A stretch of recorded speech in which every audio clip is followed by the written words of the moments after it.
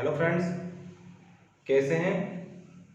मैं कपिल चौधरी एक नए चैप्टर के साथ आप लोगों का आपके अपने YouTube channel Krishna study point में आपका हार्दिक स्वागत करता हूं। देखिए, जो हमारा जो टॉपिक है वह एलजेब्रा में आज चलेगा रिमाइंडर थ्योरम। आज मैं आपको रिमाइंडर थ्योरम के बारे में बताऊंगा। देखो, रिमाइंडर थ्योरम जो होती है उसका क्या यूज है, इसे हम किस तरीके से इस्तेमाल करते हैं क्वेश्चंस में। देखिए, मैंने आपको अभी लास्ट क्लास में डिवाइड करना बताया था। जैसे कि मान लीजिए मैं आपसे कहता हूं कि आप x square minus 5x plus 7 इसमें डिवाइड कीजिए x माइनस 2 से। मैं इसमें किससे डिवाइड करता हूं? x माइनस 2 से। यानी कि इसमें x माइनस 2 से डिवाइड करने पर वो कहेगा कि आपसे कि रिमाइंडर क्या आएगा, रिमाइंडर बताइए। तो आपको करना क्या है, एक तो तरीका वही है कि आप डिवाइड करें। जब आप डिवाइड करेंगे, देखिए तो डिवाइड करके देखते हैं। मैंने डिवाइड करना सिखाया लास्ट क्लास में। डिवाइड कीजिए, जब डिवाइड करोगे तो x है, आपको x स्क्वायर लेके आना, तो किससे मल्टीप्लाई करनी है? x से। तो x की x में करेंगे तो x square minus 2x, okay, minus plus ये कैंसिल हो गया, कितना आया? Minus 3x plus 7। अब देखिए आपके पास माइनस के 3x है, माइनस 3x लेके आना है, और है क्या? x। तो किससे मल्टीप्लाई करेंगे? माइनस 3 से। माइनस 3 से मल्टीप्लाई करोगे तो कितना आया? Minus 3x। 3 से करेंगे तो कितना आया? प्लस 6। ये कैंसिल हो गया, यहां देखिए कितना आया? 1। ये इसका क्या हो गया?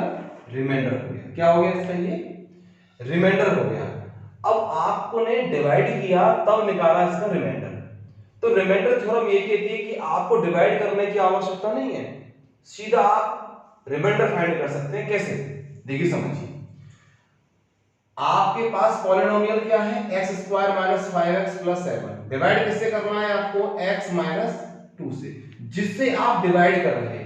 रिमाइंडर थ्योरम कहती है जिससे आप डिवाइड कर रहे हैं x माइनस 2 से, इसे आप 0 के इक्वल रखिए। किसके बराबर रखिए?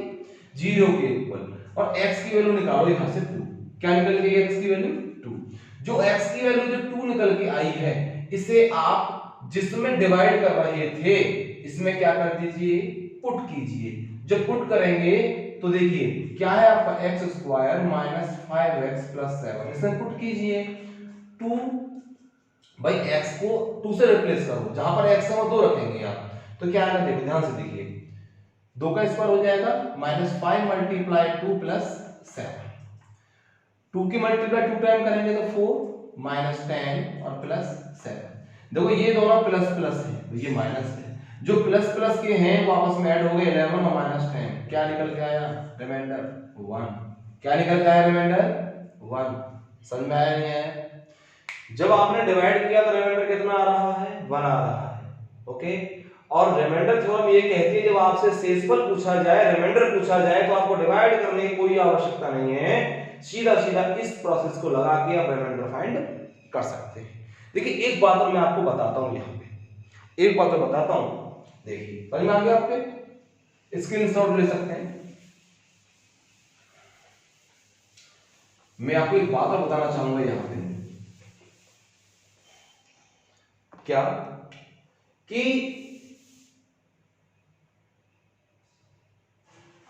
X square plus 4x plus 4 ये एक पॉलिनोमियल है। इसमें डिवाइड करता हूं मैं x प्लस 2 से। किससे डिवाइड करता हूं? x प्लस 2 से। और कहूंगा मैं आपसे कि बताइए, जब मैं x square plus 4x plus 4 को x प्लस 2 से डिवाइड करता हूं तो रिमाइंडर क्या आएगा? रिमाइंडर क्या आएगा? तो रिमाइंडर फाइंड करने के लिए वही काम करेंगे by the theorem, by the remainder theorem. x plus 2 equal to 0 और x इक्वल टू कितना आ गया? -2। -2 पुट इन दिस पॉलिनोमियल। इसमें पुट करेंगे किसमें? x square plus 4x plus 4 में पुट करेंगे। यहां कितना आएगा बताइए? -2 -2 स्क्वायर हो जाएगा +4 मल्टीप्लाई -2 और +4। यहाँ देखिए कितना आया भाई, माइनस का स्क्वायर करेंगे यानी माइनस की मल्टीप्लाई 2 बार हो रही है तो प्लस आएगा, कितना आया 4 आया। समझ में आ रहा है ना। माइनस की पावर देखो, यदि माइनस की पावर, माइनस तो ब्रैकेट में है और पावर पे कोई इवन नंबर है, इवन नंबर जानते हैं ना आप, जो 2 से परफेक्ट डिविजन होता है, तो आपका आंसर प्लस में ही आएगा हमेशा। और माइनस कितना हो जाएगा, देखो ये माइनस है और ये प्लस है, माइनस की प्लस मल्टीप्लाई तो माइनस आएगा, और 4 टू द कितना आया बताइए 8 +4। देखिए 4 और 4 यहां देखिए आप, ये क्या होगा 8 -8 और कितना हो गया आपका 0। कितना आया आपका ये 0, क्या आया आपका ये 0, यानी कि जो रिमाइंडर है आपका यहां 0 निकल के आया। इससे एक बात स्पष्ट होती है, क्या निकल के आती है, जब आपका रिमाइंडर 0 हो, ध्यान देना, ध्यान देने वाली बात है, जब आपका रिमाइंडर 0 हो तो उस कंडीशन में हम कह सकते हैं कि x + 2 is the factor of x² + 4x + 4, यानी कि x + 2 is the factor of x² + 4x + 4, यानी कि x + 2 जो है वो x² + 4x + 4 का एक गुणनखंड है।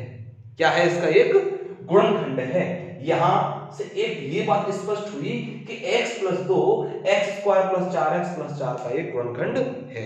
कब है गुणनखंड, जब आपका रिमाइंडर 0 हो, शेषफल क्या हो आपका 0 हो। देखिए यहां से एक क्वेश्चन बनता है, ये कॉम्पिटिटिव एग्जाम में क्वेश्चन बनता है यहां से, कैसे देखिए आप, मैं बताता हूं।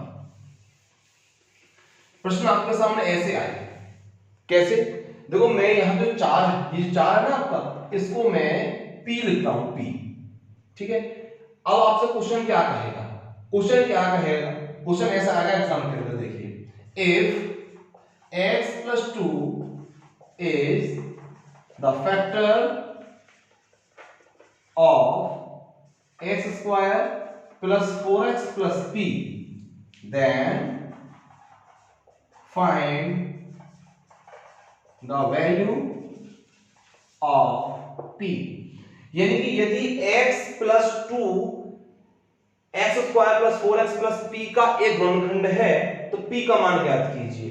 देखिए मैंने अभी आपको एक बात बताई थी, क्या बताई थी बात मैंने आपको, कि x + 2 यदि इसका गुणनखंड है, गुणनखंड कब होता है, जब रिमाइंडर 0 हो। तो यहां से क्या काम करेंगे, p की वैल्यू फाइंड करनी है। तो देखिए by remainder theorem, by remainder theorem x + 2 को जिससे हम डिवाइड, जो फैक्टर है उसे 0 के बराबर पुट करेंगे और x इक्वल टू आ गया -2। इस -2 को आप कहां पुट करेंगे, किसमें पुट करेंगे, x² + 4x + p में पुट करेंगे, यानी -2 स्क्वायर + 4 -2 + p = 0। अब आपको ये पता होना चाहिए कि मैंने =0 क्यों लिखा। =0 लिखने का मेरा कारण ये है कि प्रश्न खुद कह रहा है कि if x + 2 is the factor of this. मैंने पिछले क्वेश्चन बताया था कि फैक्टर तब होता है जब शेषफल 0 हो, और यहां शेषफल 0 मैंने इसलिए रखा, इसका बराबर 0 है रिमाइंडर, इसका रिमाइंडर मैंने 0 इसलिए रखा क्योंकि वो खुद बोल रहा है कि क्या x + 2 इसका एक फैक्टर है। यहां से देखिए 4 + -8 + p = 0। यहां देखिए आप, यहां ध्यान देंगे माइनस और प्लस क्या हो जाएगा, -8 + p = 0। यहां से ध्यान दो आप, -4 + p = 0, और p का मान यहां से क्या निकलेगा, 4 को रिप्लेस कर दीजिए, p = आ गया 4। देखो मैंने अभी इसी प्रश्न में 4 को p से रिप्लेस किया था, यानी कि 4 के स्थान पर मैंने p रखा था, तो आपको क्या निकला, p का मान भी 4 निकल के सामने आया। ओके, समझ में आ रहा है या नहीं है बताइए, समझ में आ रहा है। देखिए प्रश्न रिमाइंडर थ्योरम पर कैसा भी बने, p की वैल्यू, k की वैल्यू, या आपसे कोई भी अननोन वैल्यू रख सकता है कहीं भी और फाइंड करा सकता है। तो आपको ध्यान यही रखना है, जो फैक्टर है उसे 0 के बराबर इक्वल रख के x की वैल्यू फाइंड करनी है, और जो x की वैल्यू है इसमें वैल्यू पुट करके और बराबर 0, क्योंकि ये इसका एक गुणनखंड है। वैल्यू फाइंड कर सकते हैं अननोन वैल्यू की आप। चलिए ये हो गया। या प्रश्न आपसे ये कहे कि बताइए निम्न में से कौन इसका एक गुणनखंड है। कोई भी हो सकता है भाई, आपके सामने ऑप्शंस हो सकते हैं, पूछ सकता है कि क्या x + 2 इसका एक गुणनखंड है। तो क्वेश्चन ऐसे मैं बताता हूं इस तरीके से, इसे नोट कर लीजिए, स्क्रीनशॉट ले लो इसका। तो बताता हूं मैं आपको, यदि क्वेश्चन इस तरीके से आता है तो कुछ समझने का प्रयास करें। इस तरह क्वेश्चन आ सकता है कि पूछ सकता है कि क्या x - 1 x स्क्वायर -2x + 1, क्या x - 1 इसका एक गुणनखंड है? क्या ये इसका गुणनखंड है? ये हमको चेक करना है। आपसे कहे क्या इसका गुणनखंड है, ये चेक करना है हमें। तो चेक करने के लिए क्या करेंगे, जो चेक करना है, जो गुणनखंड है, बाय रिमाइंडर थ्योरम इसको आप 0 के इक्वल पुट कीजिए, x की वैल्यू 1 निकालो, जो x की वैल्यू निकाली है इसको आप इससे पुट कर दीजिए। देखिए क्या आएगा, 1 का स्क्वायर करेंगे, 1 स्क्वायर -2 × 1 + 1, यानी कि ये आएगा 1 -2 + 1, यानी देखो 1 और 1 क्या आ गया 2 और -2 क्या आ गया, रिमाइंडर क्या निकल गया इसका 0। जब रिमाइंडर 0 हो तो हम कह सकते हैं कि x - 1 is the factor of x square minus 2x plus 1। Okay दोस्तों, समझ में आया होगा आपके, रिमाइंडर थ्योरम समझ में आई होगी।